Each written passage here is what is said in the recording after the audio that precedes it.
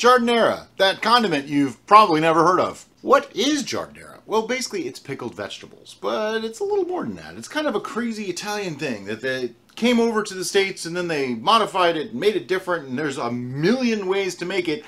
I'm going to show you a really simple recipe for how to make giardineira. You can also can this so it can be left on the shelf for whenever you want to use it. Essentially, it's just vegetables that have been pickled, okay? We're going to use half of a head of cauliflower. I cut into bite-sized pieces. I'm just going to dump that right into my bowl. 1 stalk of celery cut into 1/4-inch slices.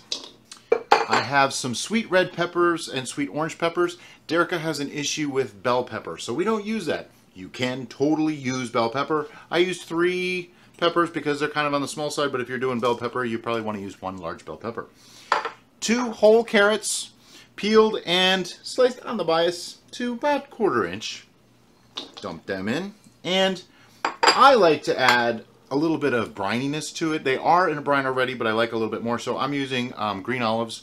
Big green olives would be great. We didn't happen to have any, so this is what I'm using. About 1/2 cup. In addition to this, you will also need 2 cups of water, 2 cups of white wine vinegar, a tablespoon of sugar, a tablespoon of salt, preferably like a canning salt, something really small so it dissolves easily. You will need about 9 cloves of garlic. You will also need a tablespoon to 2 of black peppercorns, the whole black peppercorns. You'll need about a teaspoon of red pepper flake. You will need a tablespoon, maybe a little bit more, of dark brown mustard seeds. Now, the first thing I want to do is mix this through. And I want to try to not break up that cauliflower too much. But I want to get a decent mix through this. You don't want to have just all one kind of vegetable in a jar. Alright, so I have 3 1-quart mason jars here. I may not need all 3. I'm not really sure. I don't make this very often, and it's been a long, long time. But I do have this all mixed up. These have been cleaned, boiled, the whole deal. They're ready to go, and I'm going to use my hands that are immaculately clean. I did wash them, and I'm going to start packing them in. Now, before I start doing that, though, we have some herbs and spices to do. And let me start this way. I'm going to take my garlics, and I'm just going to give them a little bit of a crush in my hand. Just like that. Drop them in. And I'm doing basically 2 decent-sized cloves per jar, but might be more like 3 here because some of these are small. I'm estimating this should fill 3 jars. I would think so. Then into each jar, too, I'm going to pour some of our black mustard seed. I want to get about equal amounts into each one. That way they come out roughly equal. There we go. Same with the red pepper flake. Want to get about equal amounts into each one. So it's like 1/3 of a teaspoon into each jar if you wanted to actually measure. I don't tend to measure things like this.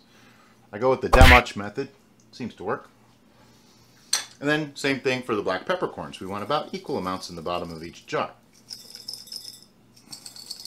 I used to actually just put all this into the brine and then try pouring that equally, and it never really worked all that well.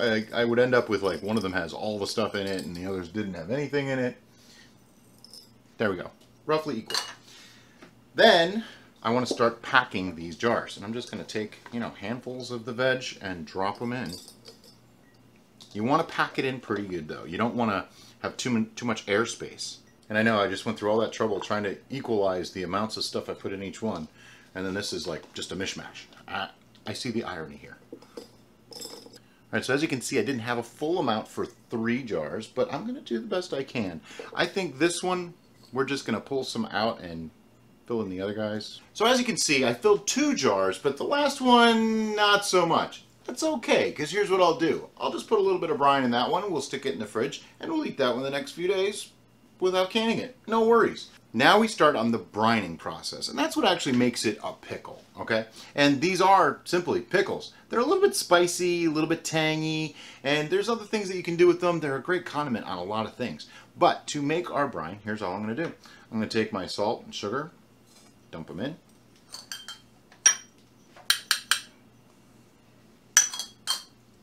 One bay leaf in the brine. 2 cups of white wine vinegar. 1 cup of water. Now if you notice, that's like half and half. If you're going to use like a rice vinegar or something like that, you might want to use less water because that's less acidic. I don't know that I'd go with apple cider vinegar for this. I think it's too flavorful, too strong for this. White wine vinegar, nice, simple, neutral flavor. So now I'm just going to put this on the stove, bring it to a boil.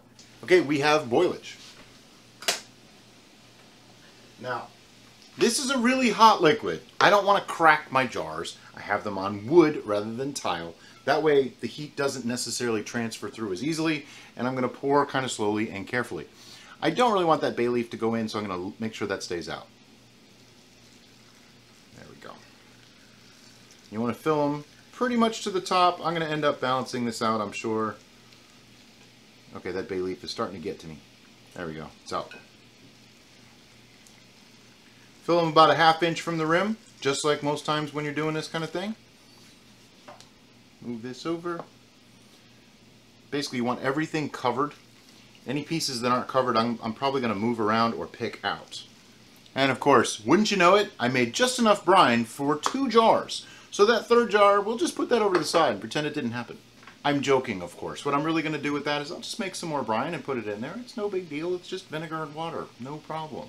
And you want to just give that rim a little wipe like that. Make sure that there's nothing there because you want to have a good seal. These are new lids, by the way. You want to always make sure you use new lids. Let me grab a glove so I can actually tighten that down. When I say tighten that down, I don't mean tight like gorilla finger tight. I just mean finger tight, just like that. That's it, but I had to touch it. And then I'll put this, ooh, gotta wipe this one too.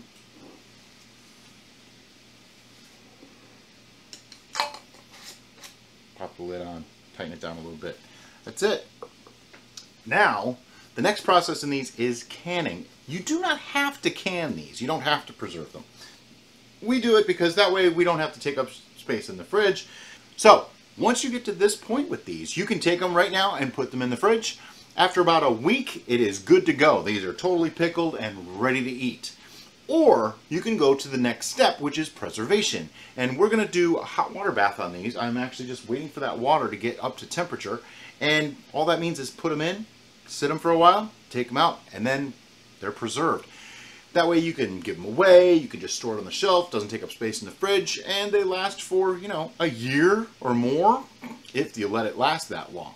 All right, so our water is just about up to the boil. I have on my 500-degree heat-proof gloves, and I'm just going to grab these and stick them right in that water.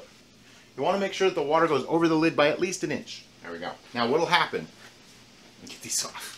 Now what'll happen is, as that water heats up, okay, it's just about at a boil now, it's creating pressure. It's also making the air inside those jars push out, creating a little bit of a vacuum. That's why if you've ever seen the little flippy lid that has to pop in, and if it's popped out, it's probably not a good idea. That's exactly what happens. It forces that air out, getting rid of all the air, which is what makes food spoil. So it forces it out, and then as it cools, shrinks back down, creating a vacuum.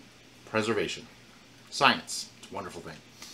Okay, so here's that partial jar while we're waiting for the other things to finish. It just bothers me to leave a partial jar like that. I'm not going to throw it away. I'd want to use it. So I made up more of the brine. Pretty simple stuff. Just pour that right in there, and I want to make sure that they're covered. Something like that. No big deal.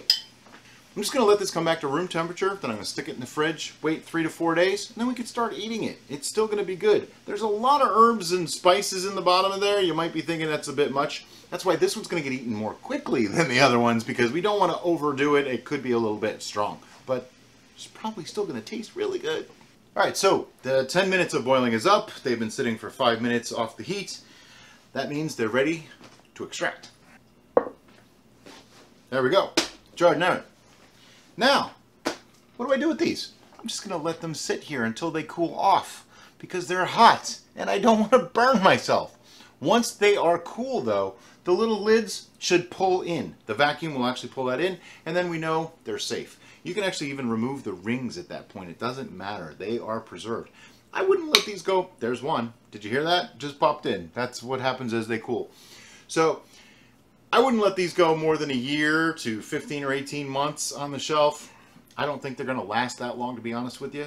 What are they good for? Well, you can eat it just as it is. We like to do a lot of charcuterie, you know, with the sausages and salamis and pepperoni and cheese and crackers and breads, olives, that kind of thing. Well, here's a beautiful addition to that. You can take some, put it in a salad. You can put them on sandwiches. In Chicago, they make that roast beef sandwich, like I think it's just a beef sandwich, and they put this on there. They also make it a little bit different. You know, they're Chicago. They do everything a little bit different.